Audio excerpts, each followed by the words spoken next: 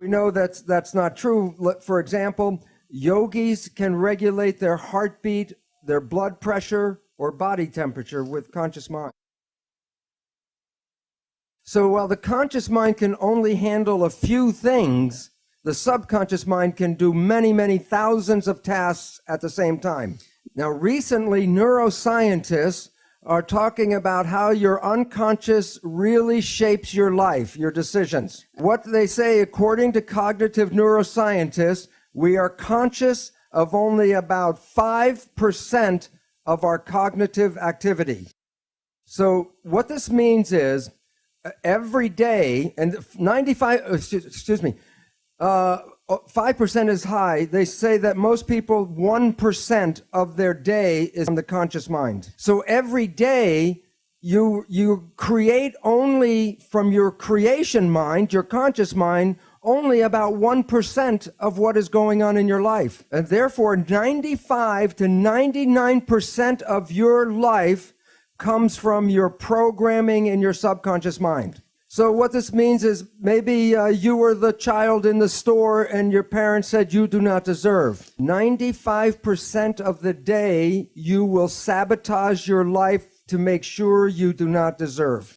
And the reason why is the subconscious job is to create reality out of the program. And so therefore, if you have negative programming, 95% of the day, you will create that negative experience in your life. Now, here's the problem. The conscious mind and the subconscious mind work together. So whatever the conscious mind focuses on, it can control, but what it's not focusing on, the subconscious mind controls. So most of our day, we are thinking about the future or thinking about the past. That's with the conscious mind. So if the conscious mind's not paying attention to right now, then everything you're doing during the day is being run by the program that you got. But the problem is, because your mind is not, the conscious mind's not paying attention, then it does not see the program being played by the subconscious mind. I'll give an example. When you first got you in the car with a driver permit, you didn't know how to drive a car. So you were very conscious of everything, watching everything as you were trying to drive. But now you've driven for 10 or 15 years, and you might be like me. I can have a passenger in the car, and my conscious mind will be in a conversation, and I'm driving 10 minutes, and then I look out the window, and I realize I didn't pay attention for the last 10 minutes. Did anybody else do this besides me? The lesson, if I said, describe your driving behavior during that 10-minute period, you would say, I don't know, I didn't see it. This applies to all of our activities every day. I'll give one more example. If you know somebody and you know their parent, and you see that this person's behavior is just like their parents, and then you say to your friend, Mary, you're just like your mother, then Mary will say, what, are you crazy? Why doesn't Mary see she is like her mother? Because when she's playing that behavior, she was not paying attention. So she doesn't see that she's playing the behavior that she was programmed by through her mother. So most of every day, you are not playing programs that you personally want. You're playing programs that you got from other people. But you didn't see those programs. So when your life doesn't work, you say the universe does not support me. And yet the truth was, it was your own invisible behavior that sabotaged you. So what's important is some people say, well, maybe I just do some positive thinking. Which mind does the positive thinking, conscious or subconscious? The conscious mind, which works at 5% a day with a 40-bit processor. And when you're doing your consciousness, are you paying attention to what's going on? Who's running the show? The experiential programs from the subconscious mind, and that is 95% of the day with 40 million bit processor. Does positive thinking work? Do the math. And the issue is that it's very difficult to take a small processor and overpower the large processor. And you have to use what is called willpower with the emphasis on power to override. Now, here is the second catch or the second problem. The subconscious mind is like a recorder tape player. It records an experience, and then when you push the button, it plays the experience back.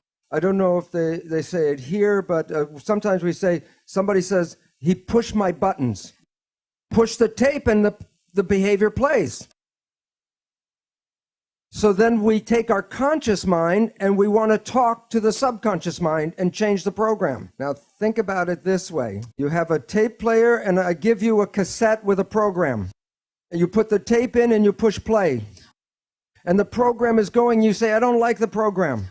Then you go up to the tape player and you say, change the program. Change the program. How much yelling at the tape player will cause the program to change? First we talk, then we yell, then we get mad, then we ask God to change the tape. The issue is the tape will not change by doing that, but there are ways to change the program if you know how to push the record button.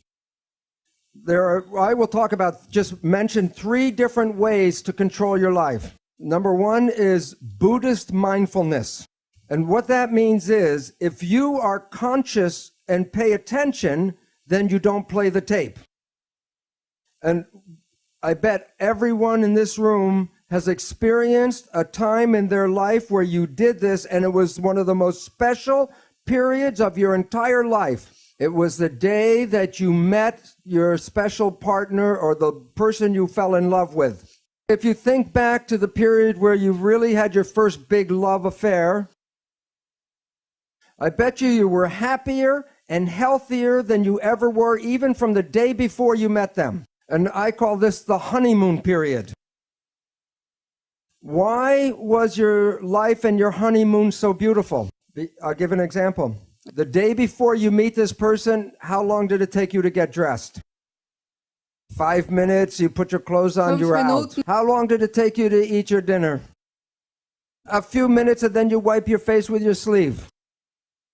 But now, today, you meet your special love. You're going to go on a date. How long does it take you to get dressed? Be an hour or more. And then you go to dinner, and I bet you remember every rule of etiquette. You use the right fork and the right spoon.